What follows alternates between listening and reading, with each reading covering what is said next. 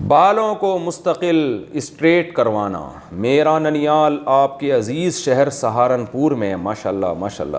میرا سوال یہ ہے کہ میرے بال باریک ہونے کے سبب الجھتے ہیں، یہ نہیں بتایا کہ میں، اچھا آگے بتایا کہ دہلی سے ہیں۔ میرے بال باریک ہونے کے سبب الجھتے بہت زیادہ ہیں، سلجھانے میں مشکل پیش آتی ہے، کیا میں بالوں کو مستقل طور پر اسٹریٹ کروا سکتی ہوں؟ طیبہ صاحبہ دہلی سے۔ جی ہاں، بالوں کو اسٹریٹ کروانے میں کوئی حرج نہیں ہے، کوئی گناہ نہیں ہے اس میں۔ یہ فرقہ وارانہ قسم کا خطرناک سوال ہے، آگ لگ جائے گی اگر اس سوال کا میں نے جواب دیا، اس لیے میں ایک سوال گلفشاں صاحبہ انڈیا سے پوچھتی ہیں، ان کا سوال میں شارٹ کر رہا ہوں۔ بوڑھی عورت پر عدت کیوں واجب ہے؟ حائضہ عورت کے لیے تو عدت کا مسئلہ سمجھ میں آتا ہے، مگر بوڑھی عورت یا جسے حیض ہی نہ آتا ہو، اس پر عدت کیوں ہے؟ شگفتہ صاحبہ انڈیا سے۔ اللہ میاں نے فرض کی ہے بھائی عدت، ہم کیا کریں کہ کیوں ہے؟ ہمیں تو ہر حکم کی حکمت کو تو سمجھ میں آنا ضروری نہیں ہے۔ اگر نابالغ بچی پر بھی عدت واجب ہے، اگر اس کا نکاح ہو جاتا ہے، طلاق ہو جاتی ہے، تو قرآن کہہ رہا ہے واللائی لم یحضن، تو ان لڑکیوں پر بھی عدت واجب ہے جن کو ابھی مینسز آنا شروع ہی نہیں ہوئے، وہ 3 مہینے کی عدت گزاریں گی، حالانکہ وہاں بھی حمل ٹھہرنے کا امکان نہیں ہے۔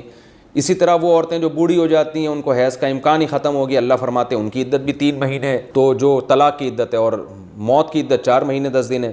تو یہ اللہ نے احکام دیے ہیں، ان میں اگر حکمت سمجھ میں نہ بھی آئے تو بس اللہ کا حکم ہے۔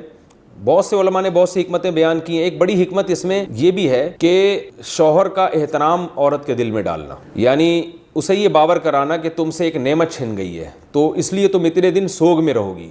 سوگ کا مطلب یہ نہیں کہ جو ہندوؤں میں تصور ہے کہ بہت ہی گندی میلی کو چلی، یہ تو نہیں ہے اسلام میں۔ ظاہر ہے کہ زینت اختیار نہیں کرے گی، کپڑے تو پراپر جیسے صاف ستھرے پہنتی ہے پہنے گی، Tell me in the comments what you want to see next. لیکن خوشبو کا استعمال، میک اپ، چوڑیاں، یہ زینت اختیار نہیں کرے گی۔ تو اس میں ایک بڑا مقصد عورت کو یہ تصور کرانا بھی ہے کہ شوہر کی نعمت چھینی ہے تم سے۔ آپ کہہ سکتے ہیں کہ جب چھینی گئی تو اب اس کو یہ احساس دلانے سے کیا فائدہ؟ یہ فائدہ ہے کہ معاشرے میں دوسری عورتوں کو احساس ہوگا کہ شوہر ایک بہت بڑی نعمت ہے۔ جب وہ چھن جاتا ہے تو اللہ تعالیٰ عورت کو یہ حکم دیتے ہیں کہ وہ اتنا عرصہ تک سوگ میں رہے۔ سوگ کا مطلب یہ نہیں کہ روئے پیٹے ہائے ہوئے کرے، مطلب یہ کہ وہ گھر سے باہر نہ نکلے، زینت اختیار نہ کرے، کیونکہ اب اس کے لیے نکاح کرنا حرام ہے۔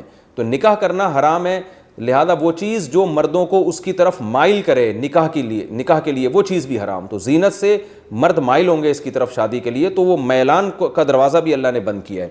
تو اس میں نسب کی حفاظت کے ساتھ ساتھ ایک شوہر کا حق بیان کرنا بھی مقصود ہے، تاکہ عورتیں جن کی میاں زندہ ہیں ان کی تھوڑی قدر کر لیں، اور جب یہ خاتون کا میاں مر گیا، انہوں نے عدت پوری کی، جب کہیں اور شادی کریں تو پھر اس نئے والے میاں کی قدر کریں گے۔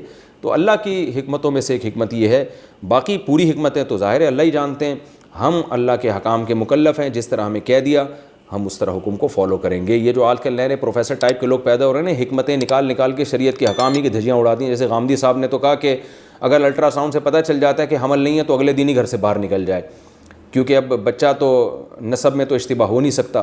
تو یہ بالکل 100% غلط بات کی غامدی صاحب نے، اس پر میں نے کلپ بھی ریکارڈ کروایا ہے کہ قرآن نے تو ان عورتوں کو بھی عدت گزارنے کا حکم دیا جن کو حمل ٹھہرنے کا سرے سے امکان ہی نہیں ہے، تو ان کو بھی عدت گزارنے کا حکم دیا۔ اس سے پتہ چلتا ہے کہ عدت کا مقصد محض نسب کی حفاظت نہیں ہے، اور بھی کچھ مقاصد ہیں شریعت کے۔ دیکھیں، عورت کا میاں باپ مر جائے تو 3 دن سو گئے، بھائی مر جائے 3 دن سو گئے، بیٹا مر جائے 3 دن سو گئے، شوہر مر جائے 4 مہینے 10 دن۔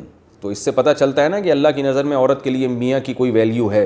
تو جب اللہ کی نظر میں ہے تو خواتین کو بھی اپنے میاں کو کوئی ویلیو دے دینی چاہیے، اس سے ثواب ملے گا انشاءاللہ۔